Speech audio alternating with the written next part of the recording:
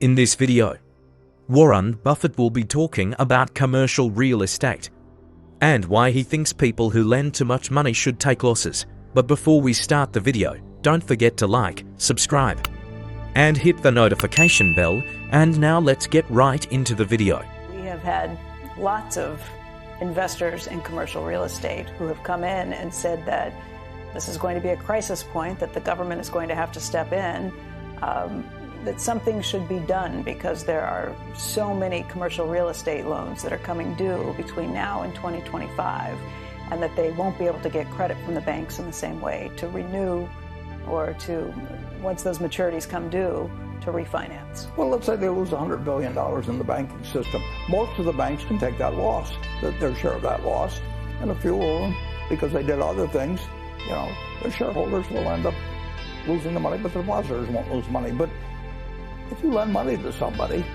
and it comes due and they can't pay it, the old story about the banker, I never made a bad loan. Of course, some of them turned bad after I made them. I mean, and that's exactly what happens in, whether it's in commercial real estate. And if money rates are 2%, or we were lending money out at 4 basis points at Berkshire to the federal government, not much more than a year and a half ago or something like that. And if those rates change, let the person who bet that they wouldn't change lose money. I mean, that's you make mistakes in business. Plenty of people make mistakes. You pay for them. If you've got a big profitable business on top of it, which a good many banks do, you take their losses and you keep going on. I mean, banks can take a lot of loan losses, but they can't take something that wipes out their capital and expect the world to ignore that fact.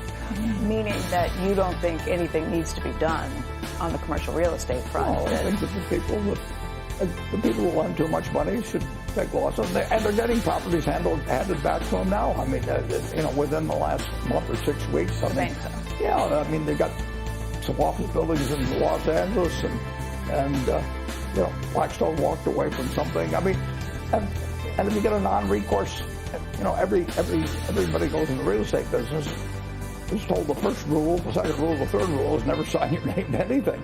And so you got non-recourse mortgages, and they're going to walk away, and the bank's going to get stuck with losses, and maybe they'll hold the property a long time and it'll come back. And there's all kinds of ways that if you got capital strength, you may decide, well, I'll just hold it. But that money is sterile for quite a while, and that's part of banking. I mean, you expect to lose some money in banking. It's not a sure thing on every loan, and you build that into your calculations, and then you have capital that protects your depositors from it eating into their money. And if it does eat into their money, then the FDIC, which is in effect really a mutual insurance company of a very peculiar sort, essentially spreads the losses among the continuing banks by higher FDIC assessments in the future.